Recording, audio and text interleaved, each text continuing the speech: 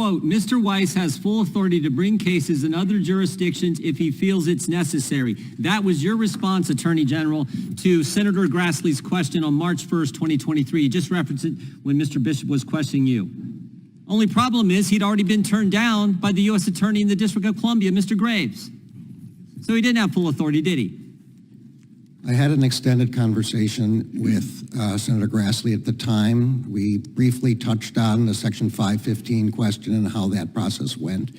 I've never been suggested... My point's real simple, Mr. Garland. You said he had complete authority, but he'd already been turned down. He wanted to bring an action in the District of Columbia, and the U.S. Attorney there said, no, you can't. And then you go tell the United States Senate under oath that he has complete authority. I'm going to say again that no one had the authority to turn him down. They could refuse to partner with him. They could not... You can use whatever language. Refuse to partner is turning down.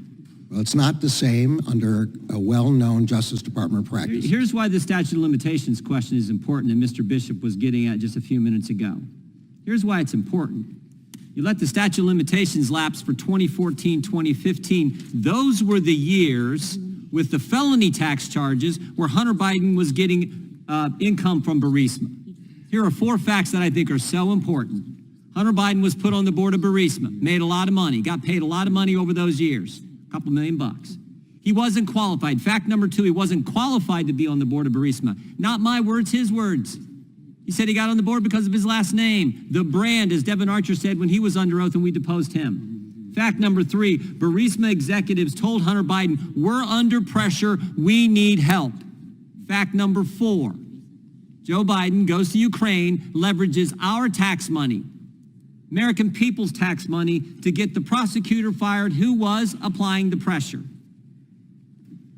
Interestingly enough, that fact is entirely consistent with what the confidential human source told the FBI, and they recorded in the 1023 form, the same form Mr. Wray didn't want to let this committee and the Congress see. That all happened. That all happened. And what I'm wondering is why you guys let the statute of limitations lapse for those tax years that dealt with Burisma income. There's one more fact that's important, and that is that this investigation was being conducted by Mr. Weiss, an appointee of President Trump. You will, at the appropriate time, have the opportunity to ask Mr. Weiss that question, and he will no doubt address it in the public report that will be transmitted to the Congress.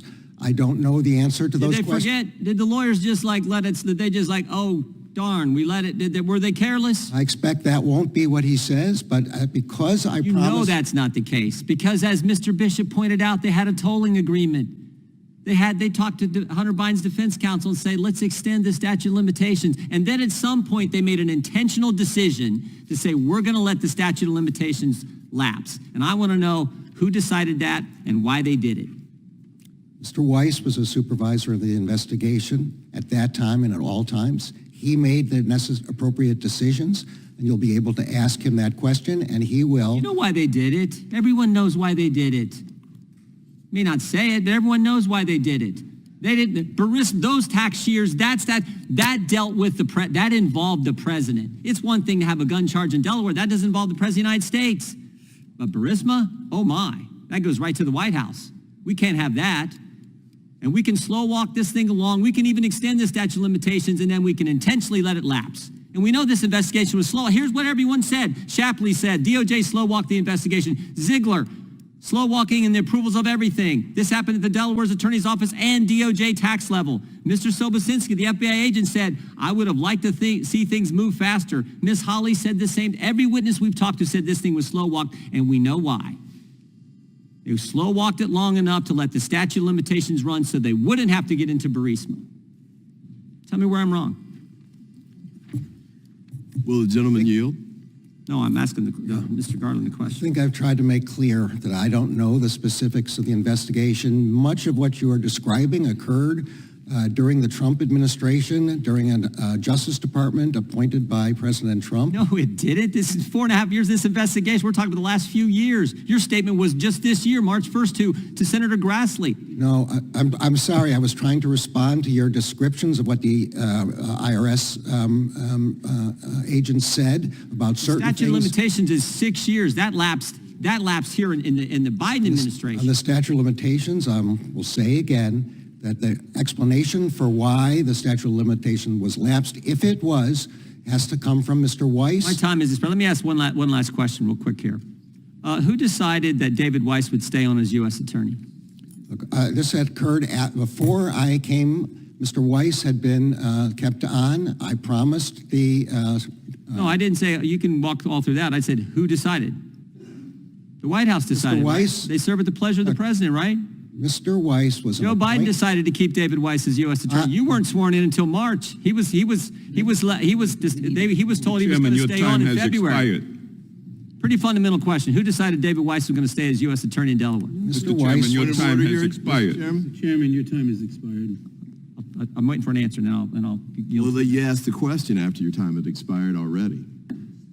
Point of order. Gentleman can respond, then I'll go to Ms. Jackson-Lee. Mr. Weiss was the special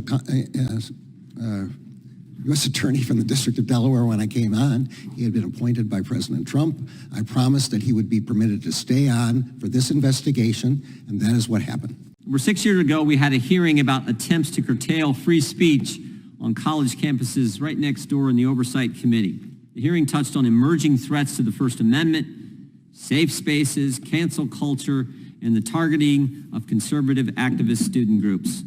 Unfortunately, this was not a fad, and the hostility towards certain points of view, and particularly conservative points of view, has only grown worse. And it's no longer universities just censoring their students. We now know that American universities were working with the federal government to systematically target speech on the internet. Just this week, the committee Republicans released information showing Stanford University worked with the Cybersecurity and Infrastructure Security Agency, or CISA, and the State Department's Global Engagement Center to censor certain speech in the lead up to the 2020 election. Big government, big academia, and big tech all colluding to limit Americans' First Amendment free speech rights. They were targeting jokes, political opinions. Most importantly, they targeted true information. But the speech that was censored all leaned a certain way. What used to be the bastions of free speech and the marketplace of ideas evolved into institutions of activism and suppression. With, quote, safe spaces and free speech zones aimed to protect students from violence, one would think Jewish students would have somewhere to turn as violent pro-Hamas students take to their demonstrations and have harmed students on college campuses. But that's not the case, as we will see in today's hearing. Nearly a 400% increase in anti-Semitic incidents, including harassment, vandalism, and assault in the 2 weeks after the Hamas attacks against Israel. We need to be doing more to protect the freedom of expression. We're actually working with the ranking member Nadler on some legislation introduced by one of our colleagues, trying to see if we can put some legislation forward that would help in this area. I want to thank my colleagues, including Representative Virginia Fox, Chairwoman of the Education Workforce Committee, for her important work on these issues. I want to thank Representative Murphy, who is a leader on this topic, has introduced 2 bills to advance free speech on campus, and co-chair of the Campus Free Speech Caucus, Ms. Kamick, for her work and passion for this issue. I also want to recognize Mr. Kiley, one of our members, who introduced a bill just last week that denounced anti-Semitism on college campuses. We look forward to hearing from all our witnesses today, and again, I want to thank you for coming. I now will turn to the ranking member for his opening statement, and then we'll get right to our witnesses. Actually, I forgot. Well, I'll wait till yours done, then I'll play a short video. We have a short 90-second video I wanted to show it. We'll play it right now. Let's play it right now. 90-second video. If you can cue that up, we'll play this about what's going on college campuses.